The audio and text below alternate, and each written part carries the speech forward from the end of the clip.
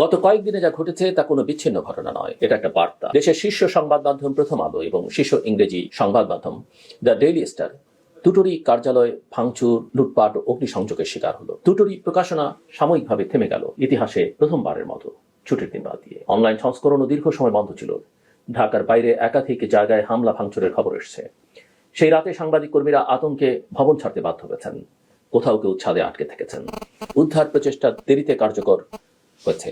এসব মিলিয়ে এটি শুধু মিডিয়ার উপর আঘাত নয়, এটি রাষ্ট্রের উপর আঘাত, নাগরিকের উপর আঘাত এবং সবচেয়ে বড় করে বললে গণতান্ত্রিক ভবিষ্যতের উপর আঘাত। আপনাদের স্বাগত জানাই আমি আমার রাজনৈতিক বিশ্লেষণ শুনবার জন্য। একটা পুরনো নাটক বারবার মঞ্চস্থ হয়।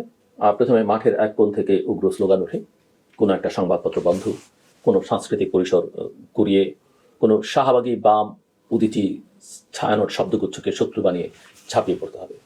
তারপর কেন্দ্রীয় পর্যায় থেকে আসে, আমরা ব্যথিত, এগুলো আমাদের কাজ নয়, একটি উস্কানিদাতা গ্রুপ করেছে। আর সঙ্গে থাকে ভারী কাগজের বিবৃতি, আনুষ্ঠানিক নিন্দা, ক্ষণিকের নৈতিকতা। কিন্তু মাঠে যে আগুন লাগে সে আগুন বিরতির কালি দিয়ে নেভে না। বাংলাদেশ এখন ঠিক এই চক্রেই আটকে আছে। স্লোগান, ধ্বংস, নিন্দা, দায় এড়ানো, তারপর আবার স্লোগান। আর এই চক্র যত দ্রুত ঘুরছে তত স্পষ্ট হচ্ছে যে নির্বাচন শুধু কমিশনের তফসিলের বিষয় নয়। নির্বাচন আসলে রাষ্ট্রের সক্ষমতার পরীক্ষা।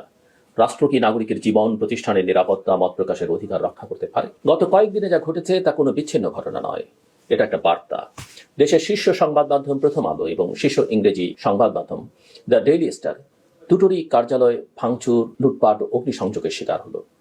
দুটোরই প্রকাশনা সাময়িকভাবে থেমে গেল, ইতিহাসে প্রথমবারের মতো ছুটির দিন বাদ দিয়ে। অনলাইন সংস্করণও দীর্ঘ সময় বন্ধ ছিল। ঢাকার বাইরে একাধিক জায়গায় হামলা ভাঙচুরের খবর এসছে। সেই রাতে সাংবাদিক কর্মীরা আতঙ্কে ভবন ছাড়তে বাধ্য হয়েছেন, কোথাও কেউ ছাদে আটকে থেকেছেন।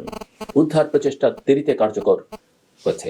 এসব মিলিয়ে এটি শুধু মিডিয়ার উপর আঘাত নয়, এটি রাষ্ট্রের উপর আঘাত, নাগরিকের উপর আঘাত এবং সবচেয়ে বড় করে বললে গণতান্ত্রিক ভবিষ্যতের উপর আঘাত। আন্তর্জাতিক সংবাদ মাধ্যমগুলো এটাকে বাংলাদেশের প্রেস ফ্রিডম সংকটের ট্রিগার মোমেন্ট হিসেবে দেখছে। কারণ এমন অগ্নিসংযোগ কেবল ক্ষতি করে না, আতঙ্ক সৃষ্টি করে।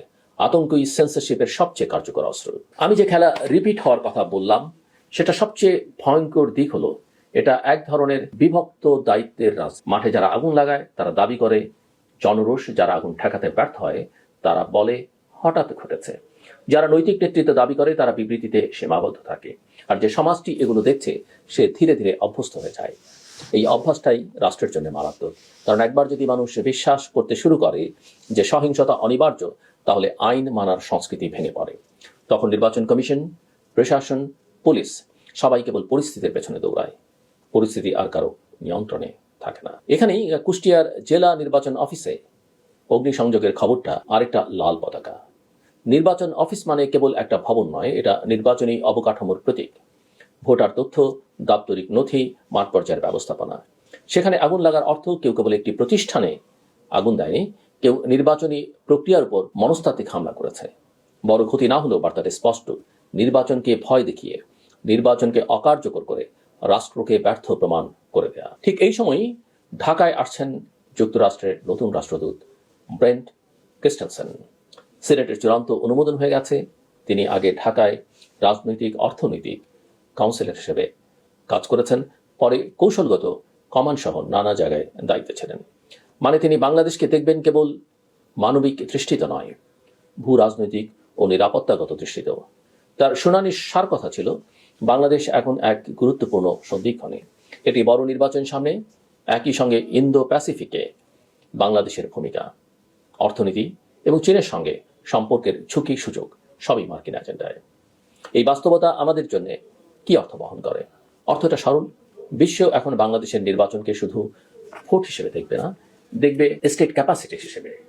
সাংবাদিকের নিরাপত্তা দিতে না পারলে, নির্বাচন অফিসের নিরাপত্তা নিশ্চিত করতে না পারলে, বড় শহরের কেন্দ্রস্থলে সংবাদ মাধ্যমের অফিস জ্বলে গেলে, তখন যে কোনো আন্তর্জাতিক অংশীজনের চোখে প্রশ্ন উঠবে, এই দেশে শান্তিপূর্ণ ভোট আদৌ সম্ভব? বিনিয়োগ, বাণিজ্য, উন্নয়ন, সহযোগিতা সব কিছুর সঙ্গে শাসন ব্যবস্থা ও স্থিতিশীলতার যোগ আছে।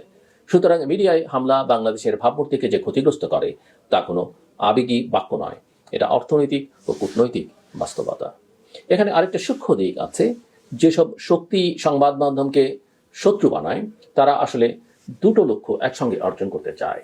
এক, জনপরিসরে ভয় তৈরি করা যাতে মানুষ মুখ খোলা করিয়ে দেয়।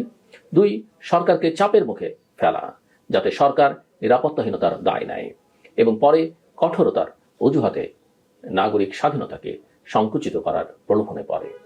এই দুমুখী ফাঁদ থেকে বের হওয়ার একটাই পথ, রাষ্ট্রকে নিরপেক্ষভাবে শক্ত হতে হবে, অপরাধীর বিরুদ্ধে দ্রুত ব্যবস্থা কিন্তু মত প্রকাশের জায়গা সংকুচিত না করে, নিরাপত্তা নিশ্চিত করা কিন্তু সন্দেহভাজন বানিয়ে সমাজকে আরো ভাঙা নয়। আবার বক্তব্যের শুরুতে যে ছাত্র রাজনীতির ক্যাম্পাস বিবৃতি নিন্দার চক্র আছে সেটাও এই জাতীয় ফাঁদের অংশ হতে পারে।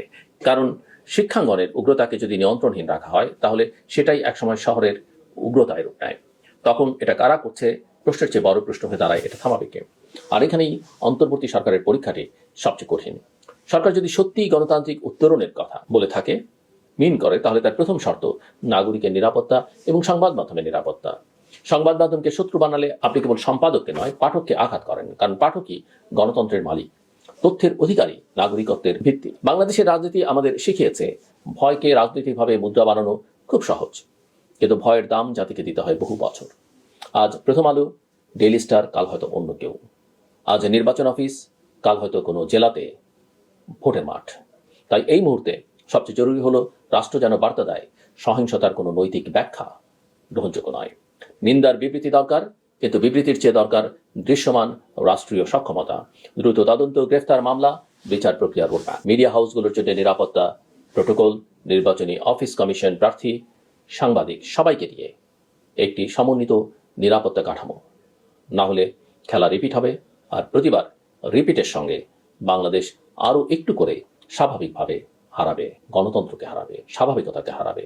নতুন মার্কিন রাষ্ট্রদূত যখন ঢাকায় নামবেন তিনি শুধু কূটনৈতিক সৌজন্য দেখবেন না, তিনি দেখবেন রাষ্ট্র তার নাগরিককে কতটা সুরক্ষা দিতে পারে এবং নির্বাচনকে কতটা বিশ্বাসযোগ্য করতে পারে। আমাদেরও সেই একই প্রশ্ন নিজেদের কাছে রাখতে হবে। আমরা কি নিন্দার দেশ হতে চাই নাকি আইনের দেশ হতে চাই? আগুনের পরে কাগজের শোকলিপি লিখে লাভ নেই, আগুনের আগে রাষ্ট্রকে দাঁড়াতে হয়। আমার কথা শুনবার জন্য আপনাদের অসংখ্য ধন্যবাদ, আপনাদের সবার জন্য শুভকামনা।